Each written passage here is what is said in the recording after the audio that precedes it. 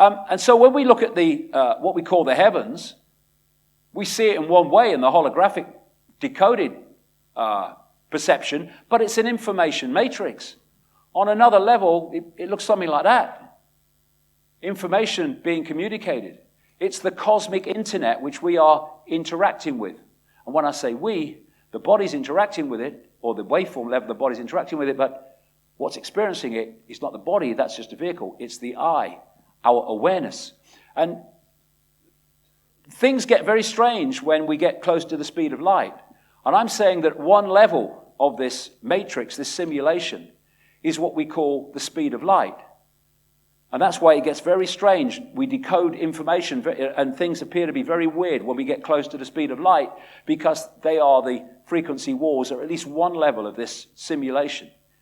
So like the Bond team said, like a prisoner in a pitch black cell, we may never be able to see the walls of our prison because we are the way we decode reality. And what is stopping us seeing those walls? Because we can. When you do that, you can start to perceive it. What's stopping us seeing it is the postage stamp consensus, which is holding us here. While we're here, and that's what the program's there to do, to hold us here, we'll never understand the nature of what we're experiencing and how it is being used to control us. The intellect operates in 5 sense reality. And the intellect is a prison without expanded awareness. Intellect is a useful servant, but a terrible master. And for most, it's a master, not a servant. This is the isolated intellect. This is the isolated intellect without the expression of consciousness. And that's why the world is as it is. And that is basically the institutions of the world telling us what we should believe and should not believe. So, the education system, yippee! We know about the known. It's all about the known. Holding within the known. All postage stamp, yeah, no, it's all about the known, education. But not expanding awareness so we understand the unknown. And so, we go through life, and the postage stamp consensus is pushing us down the channels of the maze in a way that we never get out. We're living a lie with a mask on, I call phantom self. I am, you are, all these decisions and perceptions, I'm going to be, are coming from, it is, it isn't, from this illusion. We're all just being normal. I know exactly who I am. No, you don't. And so, how many people in this room would have experienced this? It's not like you think it is. You're mad, mate. Because, and it's no good saying, you're stupid and all that stuff. It literally can't compute because the program has him. Control perception and you control reality. And you control perception by controlling belief. This system doesn't care what you believe so long as you believe it rigidly, to the exclusion of all other possibility, because then they got you. Accidents happen, that's what everyone says.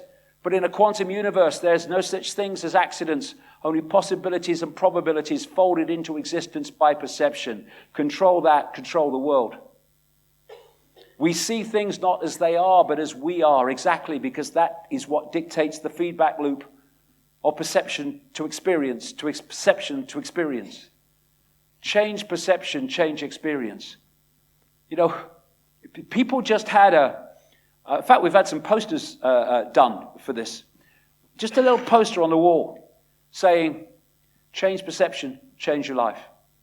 Because it's that simple. Change perception, change your life. Because you change the way you interact with the cosmic internet and thus what you experience. That is how we got here. And we need to break out of it. Because if we're looking down at the world, down a microscope, how are we going to see anything? When you're looking through a telescope, looking down the wrong end, how are we going to see anything? You can only see dots. You can't see pictures. I am is all you can see. But you wake up by removing the program and suddenly the world looks very, very different. Now, symbolically, you're above the maze. Suddenly you can see it. You can see what you've been in all your life. So that's what's been happening. Those who danced were thought to be quite insane by those who could not hear the music. 'Twas always so, because those who can hear the music dance to the music, and those who can't hear the music think you're dancing to silence. So you're mad. And here's a sobering thought. Those that control this world, the institutions that control this world, the politicians, the doctors, the scientists, the education system, the academics, they are almost in their entirety people who cannot hear the music. And that is why the world is a madhouse. And why those who can hear the music, and more can, have the duty, have the opportunity to change this world in ways that those that can't hear the music have no chance of understanding yet. But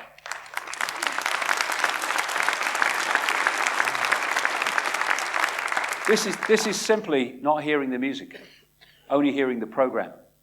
And this is not new. This is Jonathan Swift. He died in 1745. And he said, when a true genius appears, you can know him by this sign, that all the dunces are in a confederacy against him, because of what I've just explained. Socrates, wisdom is knowing how little we know. If we just realize that and have some humility, we don't know it all. We cannot know it all in the situation we're in. So open our minds, not to believe anything and everything, but to give it a chance to justify its place in our perceptions, which the program is trying to shut out. So that's the next stage of the rabbit hole. Reality is an illusion. And the next part, I'm going to start in half an hour with this. So who is behind it all?